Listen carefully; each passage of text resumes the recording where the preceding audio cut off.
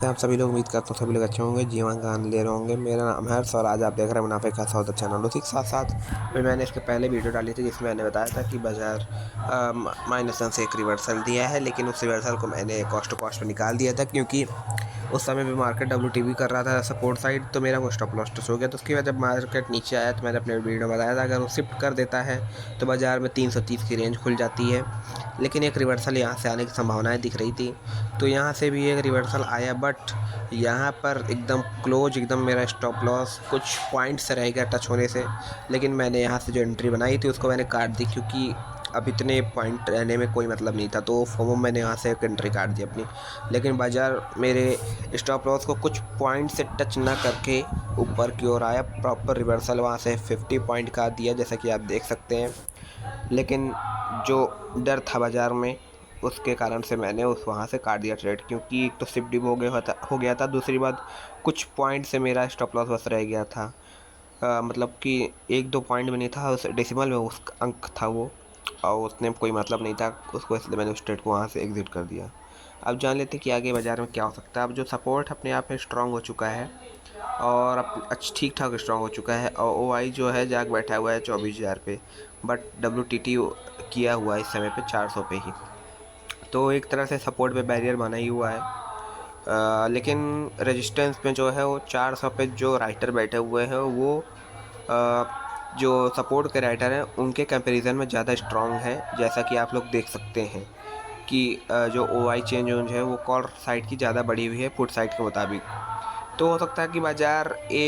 380 के नीचे ही हो सकता है क्लोजिंग देने की, हो सकता है दे दे, या तो अगर ये WTB की परसेंटेज घटती है और कोई नई परसेंटेज ऊपर में जनरेट होती है तो हो सकता है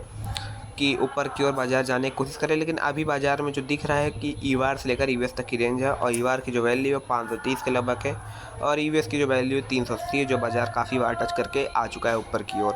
तो हो सकता है बाज़ार में अगर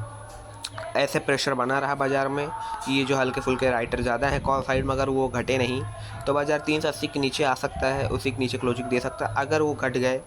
और धीमे धीमे पुट राइटर जनरेट होने लगे तो बाज़ार 520 की भी तैयारी कर सकता है, क्योंकि बाज़ार सुबह से भी अब EVAR को छुआ नहीं है, तो और ना ही रजिस्टर जो है शिफ्ट होने की कोशिश कर रहा है, वो WTP अपने आप में किया हुआ है। तो हो सकता है, मे भी चांसेस है कि बाज़ार आगे चल के 500 के ऊपर भी आ सकता है अगर ऐसा ही बना रहा। लेकिन अगर ये राइटर कॉल साइड के बढ़ते गए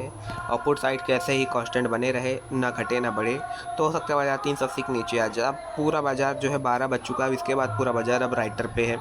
अब राइटर जैसा मूव अपना दिखाएंगे वैसा बाज़ार दिखाएगा, और जिधर वॉल्यूम ज़्यादा जनरेट होने की कोशिश करेगी बाज़ार उस तरफ चलने की कोशिश करेगा। जैसा कि अभी दिख रहा है कि 69% 500 पे सपोर्ट साइड पे है, अगर वो बढ़ती है तो एक बुलिश प्रेशर बाज़ार में लगा रही है, और जो सपोर्ट रेजिस्टेंस साइड में WTB की परसेंटेज है वो 84 पे 84 बनी हुई है, तो ना खास कोई ज़्यादा बेरिश प्रेशर बाज़ार में डाल नहीं रही है अपने आप में। अगर वो कम होती है तो बाज़ार में चांसेस है कि आगे चल के 520 के उसके ऊपर जा सकता है बाज़ार।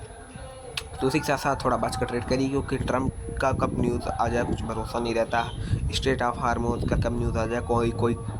डील उल हो जाए, कुछ भरोसा नहीं रहता बाज़ार के अंदर। इस समय बहुत ज़्यादा सिचुएशन ख़राब चल रही है, तो बच कर ट्रेड करिए।